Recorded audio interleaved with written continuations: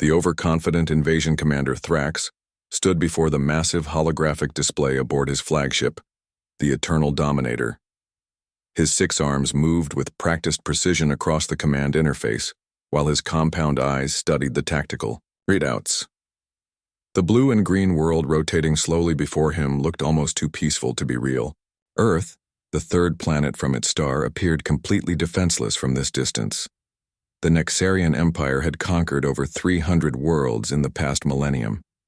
Each victory had followed the same pattern: arrival, demonstration of overwhelming force, submission, integration. Commander Thrax had personally overseen 47 planetary acquisitions, and not one had taken longer than a standard week to complete. This backwater world would likely surrender within hours. Lieutenant Zara approached the command platform, her chitinous exoskeleton gleaming under the bridge lights, her multiple eyes focused on the datapad she carried. "Sir, final intelligence. Reports from our deep reconnaissance probes are complete. The target world shows all indicators of a fractured primitive civilization." Thrax activated his vocal synthesizer, the mechanical voice carrying across the bridge. "Provide details, Lieutenant." Zara consulted her datapad with professional efficiency. Population approximately 8 billion sentient beings divided into nearly 200 separate governmental entities. They maintain constant low-level conflicts with each other using primitive kinetic weapons and chemical explosives. No unified planetary government exists. No orbital defense platforms detected. No evidence of faster-than-light technology. Kiddo. Commander's satisfaction grew with each piece of information. A divided species was always easier to conquer than a unified one. The Nexarians had learned this lesson across dozens of successful campaigns. When primitive species spent their energy fighting each other, they never developed adequate defenses against external threats. "What about their military capabilities?" Thrax inquired. "Extensive ground-based forces equipped with projectile weapons and armored vehicles. They possess primitive nuclear weapons but appeared too afraid to use them against each other. Their space program is limited to basic orbital insertions and a few unmanned probes to nearby planets. No deep space installations or defensive satellites." Thrax moved closer to the holographic Earth, his claws clicking against the deck plating. The planet's surface showed the typical signs of a developing civilization: sprawling cities connected by transportation networks, industrial centers, and agricultural regions. What struck him as odd was how openly everything was built. Most species that had faced orbital bombardment learned to place important facilities underground or in hardened locations. These humans built as if the concept of attack from space had never occurred to them. "Sir," interrupted communications specialist Vorth from his station, "we are detecting increased electromagnetic activity from the target world. They appear to have noticed our arrival." The commander nodded approvingly. Even primitive species usually possessed basic astronomical observation capabilities. The sudden appearance of a 200-ship Nexarian battle fleet would be impossible to hide from ground-based telescopes. "Show me their response patterns," Thrax ordered. The main display shifted to show communication flows across Earth's surface. Bright lines connected various points on the planet as messages flowed between different locations. What surprised the commander was the speed and efficiency of these communications. Within minutes of the fleet's arrival, every major population center on Earth was connected by active data streams. "They coordinate faster than expected," Lieutenant Zara observed. "Most primitive species require several time periods to establish meaningful intergovernmental contact." Thrax studied the communication patterns more carefully. The humans were definitely talking to each other, but their response seemed almost too organized for a fractured civilization. Perhaps they maintained emergency communication protocols despite their political divisions. On Earth's surface, Captain Morrison sat in the buried command center beneath Colorado's Cheyenne Mountain. Banks of monitors surrounded him, each displaying different aspects of the global defense grid's status. The facility hummed with quiet efficiency as hundreds of technicians worked at their stations.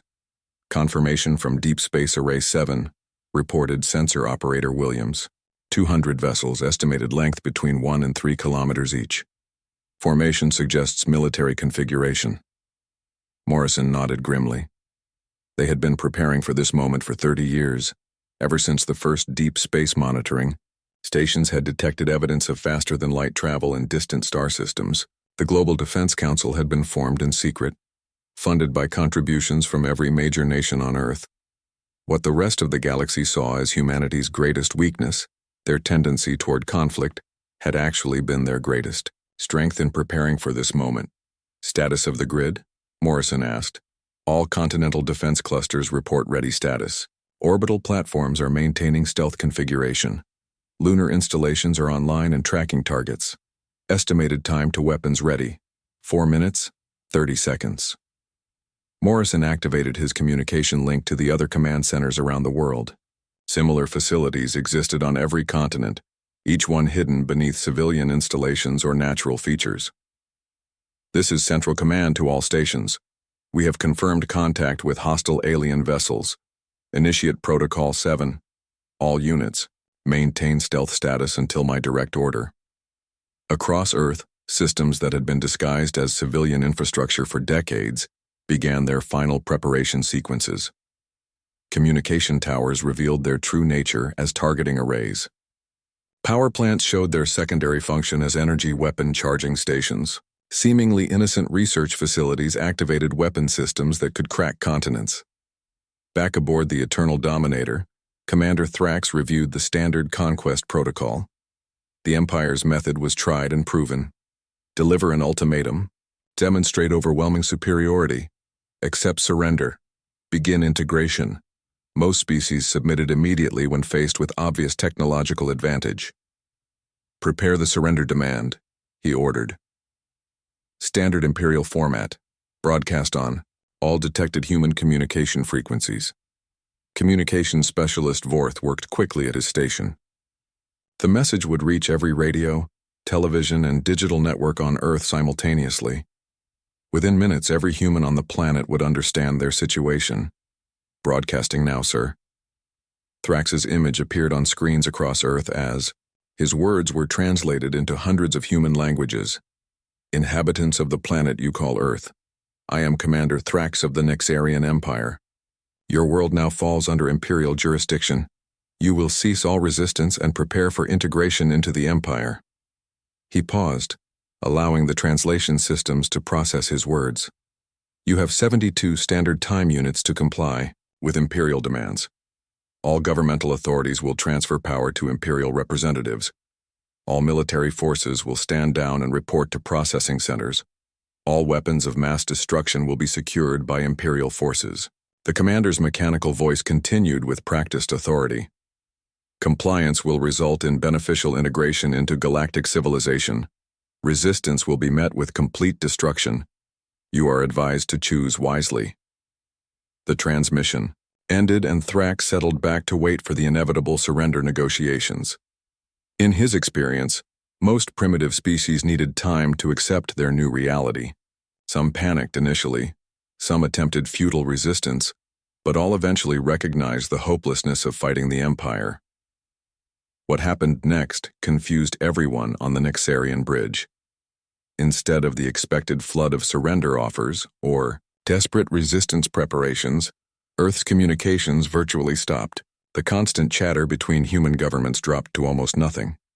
Military frequencies went silent. Even civilian broadcasts reduced to minimal emergency services. Sir, Lieutenant Zara reported with obvious confusion. The humans appear to have stopped communicating entirely. Stopped? Thrax moved to the sensor station. Define stopped. Communication levels have dropped to less than 5% of normal activity. Most governmental channels show no traffic. Military frequencies are broadcasting only basic navigation and weather data. It is as if they have imposed absolute communication silence. The commander studied the tactical display showing Earth's electromagnetic signature. The planet that had been buzzing with activity just hours ago now seemed almost dead to their sensors. This was not a pattern he had encountered before. Perhaps they are paralyzed by fear, suggested Tactical Officer Grenth. Some primitive species become catatonic when faced with superior force. But Thrax was not convinced. Terrified species usually became more talkative, not less. They sent frantic messages to each other, attempted to coordinate desperate defenses or broadcast immediate surrender offers. This silence felt different. It felt deliberate. "Continue monitoring," he ordered. "If they do not respond within 12 time units, we will move the fleet into closer orbit and demonstrate Imperial power." Hours passed with Earth maintaining its eerie quiet. The planet's normal communication patterns had been replaced by minimal functional signals. Weather reports, navigation data, and basic civilian services continued, but the constant governmental chatter had vanished completely. "Sir," Sensor Specialist Crix called out, "I am detecting unusual activity on the planet's surface." "Define unusual." "Military assets are moving, but not in standard defensive patterns. Ground vehicles are dispersing rather than concentrating. Naval vessels are leaving their bases and spreading across the oceans. Aircraft are redistributing to secondary airfields." Thrax studied the movement patterns on his tactical display. The human military forces were indeed moving, but their actions made no tactical sense. Instead of massing for defense or retreating to fortified positions, everything seemed to be spreading out and hiding. "They are making their forces harder to target," Lieutenant Zara observed. "Classic doctrine when facing technologically superior opponents," the commander nodded. This was a behavior pattern the Empire had encountered before. Primitive species often attempted to disperse their military assets to minimize losses from orbital bombardment. It was a futile gesture, but it showed they intended to resist. "Very well," Thrax announced to his bridge crew. "If they choose resistance over wisdom, we will demonstrate the futility of defying the Empire. Move the fleet to high orbital position. Prepare to show these humans what happens to species that refuse Imperial generosity." The Nexarian fleet moved closer to Earth, their massive hulls blotting out starlight as they took position in high orbit. From this distance, the details of human civilization became clearly visible. Cities sprawled across continents, transportation networks carried millions of vehicles, and industrial centers continued their operations as if unaware of the alien fleet overhead. "Select demonstration target," Thrax ordered. "Major population. Center minimal strategic value. We want maximum psychological impact with minimal damage to useful infrastructure." Tactical Officer Grenth highlighted several options on the display. "I recommend this coastal city on the eastern continent. Population 7 million, primarily commercial and residential areas. No major military installations." Perfect. The destruction of a civilian target would show the humans that the Empire could strike anywhere, anytime. It would demonstrate the hopelessness of resistance while preserving most of the planet's productive capacity. "Charge primary weapons," Thrax commanded. "Prepare to fire on my order." Energy readings spiked across the Eternal Dominator as its main disintegration cannon drew power from the ship's fusion reactors. Similar preparations began throughout the fleet, as 200 warships prepared to demonstrate the Empire's overwhelming technological superiority. "Sir," Communications Specialist Forth announced urgently, "I am detecting massive energy signatures from the planet's surface." Before Thrax could respond, his tactical display exploded with red warning markers. Thousands of launch signatures were appearing all across Earth's surface, rising from locations that had shown no previous military activity. The launches were coming from every continent, every ocean, even remote islands that appeared uninhabited. "Primitive missiles," Grenth dismissed. "Probably they're nuclear weapons. Our shields will absorb them easily." But something was wrong with the sensor readings.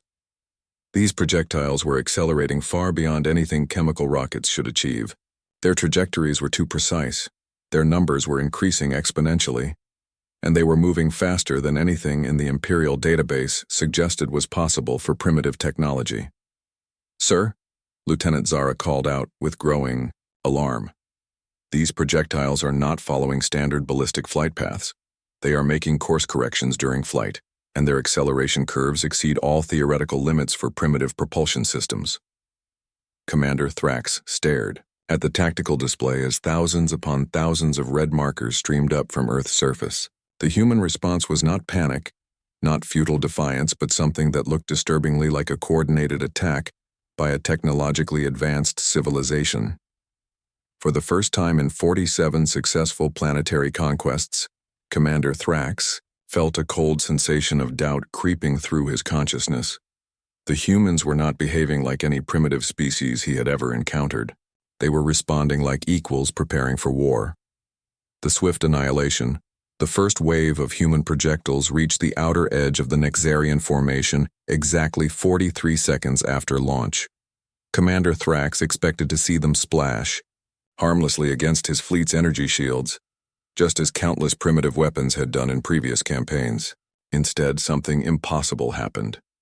The leading projectile struck the battleship Void Render and passed through its deflector shields as if they did not exist. The massive warship's armored hull, designed to withstand plasma cannon bombardment and particle beam attacks, crumpled like paper. The ship broke apart in a silent explosion of atmosphere, debris, and escaping energy. Direct hit on Void Render, Lieutenant Zara reported, her voice cracking with disbelief.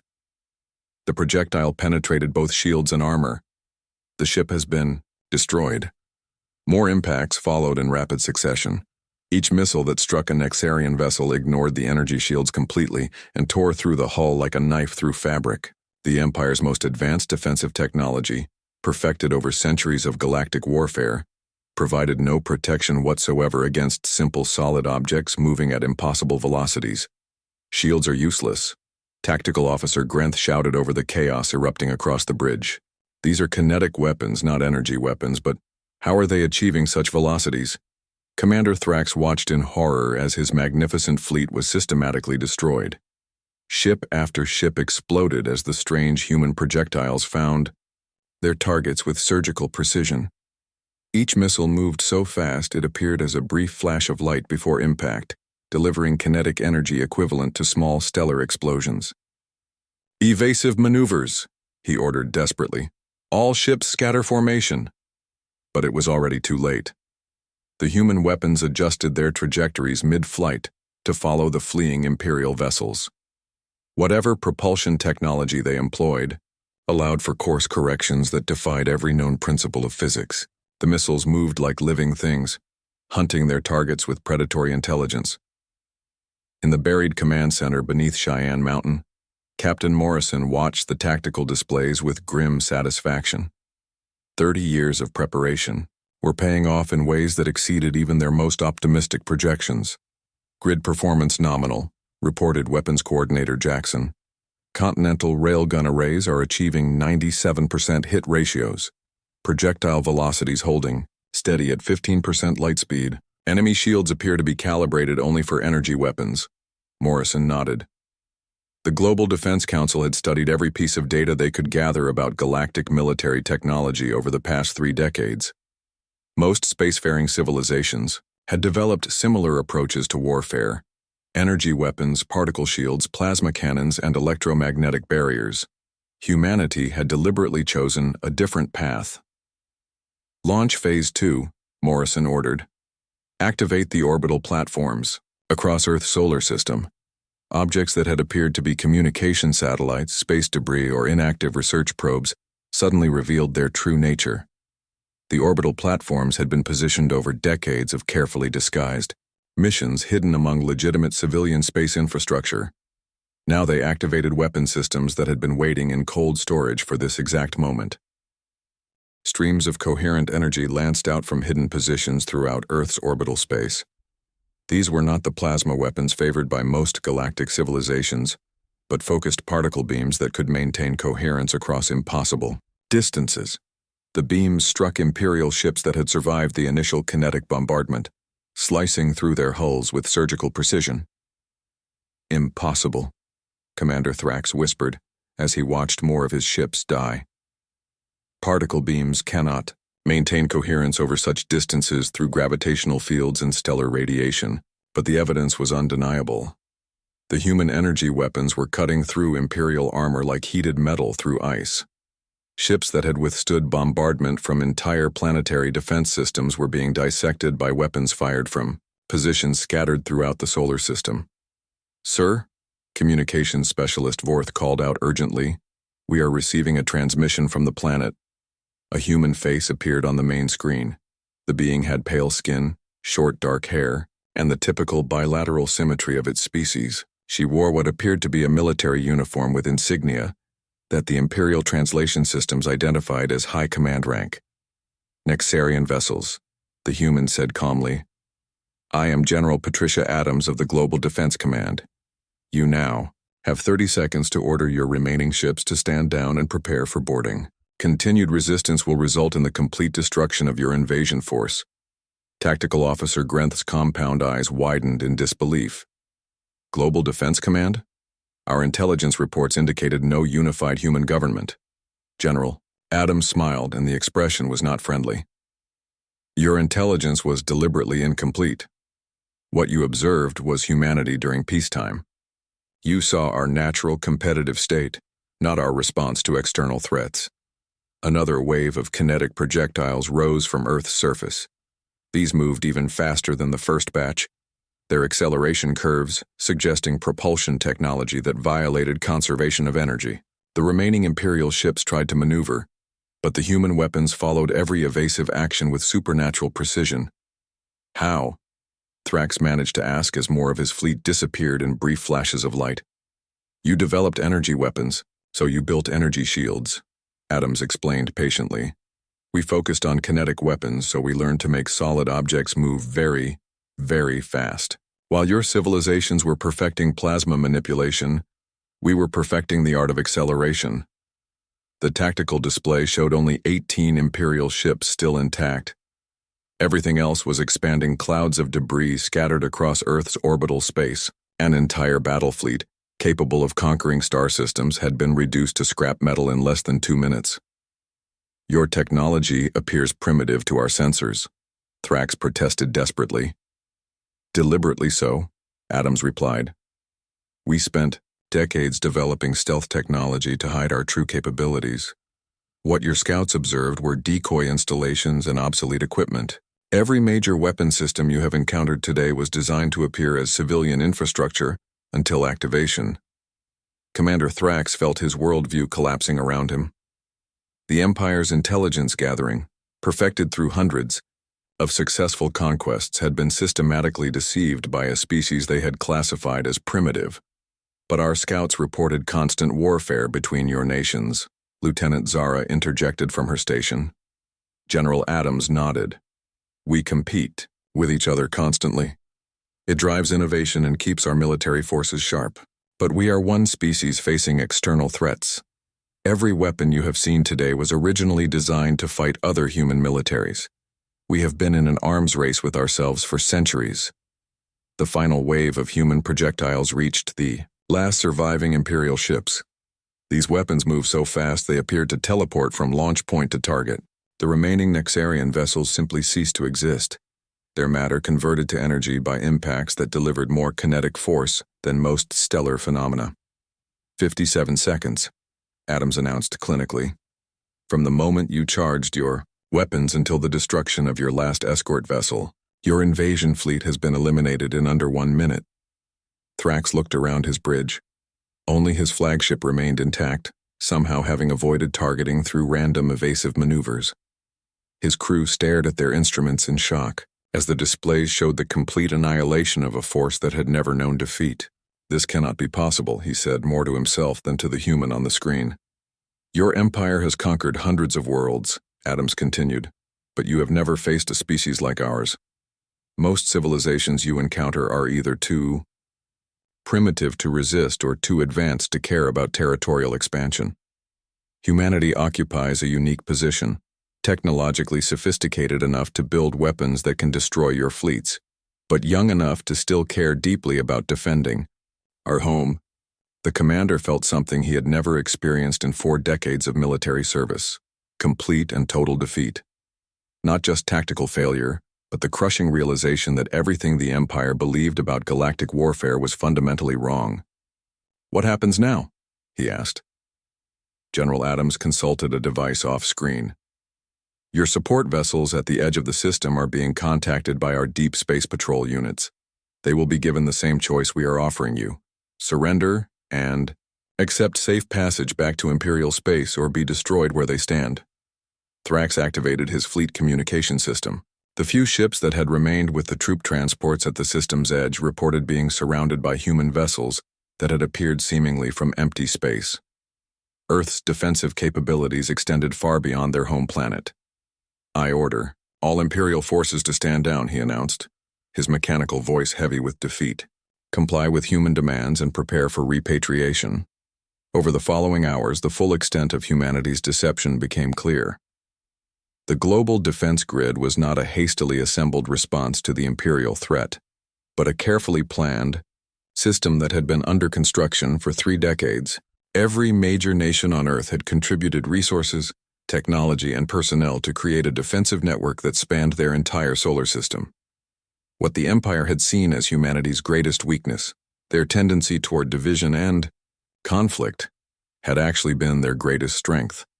The constant competition between human nations had driven rapid technological advancement. The threat of warfare with each other had forced each nation to develop increasingly sophisticated weapons. When faced with an external threat, all of that military capability had been unified under a single command structure. The railgun arrays that had destroyed the Imperial fleet were not secret weapons, but farming equipment scaled up and hidden in agricultural regions. The particle beam systems were modifications of civilian power transmission technology. The kinetic projectiles were asteroid mining equipment repurposed as weapons. Humanity had turned their entire industrial base into a defensive weapon, while making it appear completely innocent to outside observation. As the surviving Imperial personnel were transferred to human custody, Commander Thrax found himself in a detention facility that was more comfortable than many Imperial military quarters. The humans treated their prisoners with professional courtesy, rather than the brutal efficiency most conquered species could expect. "Why show mercy?" he asked General Adams during their final meeting. "Because we are not conquerors," she replied. "We are defenders. You came to destroy our civilization and enslave our people. We stopped you. That does not make us enemies forever." Adams activated a communication device. "We are sending a message with your repatriation ships. The galaxy needs to understand what happened here. Humanity is not interested in territorial expansion or galactic domination, but we will defend ourselves with whatever means necessary." The message that accompanied the returning Imperial survivors was simple and direct. Earth was not a primitive world waiting to be conquered, but a fortress world that had spent decades preparing for exactly this type of attack. Any future invasion attempts would meet the same fate. Within months, the news of the Nexarian fleet's destruction spread throughout the galaxy. Species that had been considering expansion toward the Sol system quietly canceled their plans. The Empire itself began a fundamental review of their intelligence gathering and military doctrine. Commander Thrax, stripped of rank but alive, spent his remaining years writing detailed reports about humanity's true capabilities. His warnings would help prevent future tragedies, though he suspected that few would believe them until they experienced Earth's defenses themselves. The battle that lasted less than a minute had changed the balance of power in their galaxy. Humanity had announced their presence not as conquerors, but as a species that would not be conquered. The age of easy expansion into the Sol system was over. Earth continued spinning peacefully in space, its blue oceans and white clouds hiding the most sophisticated defensive network the galaxy had ever seen. The humans returned to their daily lives, their competitions, and their constant drive for improvement. But now the galaxy knew the truth. Humanity's greatest strength had never been their weapons or their technology. It was their absolute refusal to surrender their freedom to anyone, no matter how impossible the odds might seem.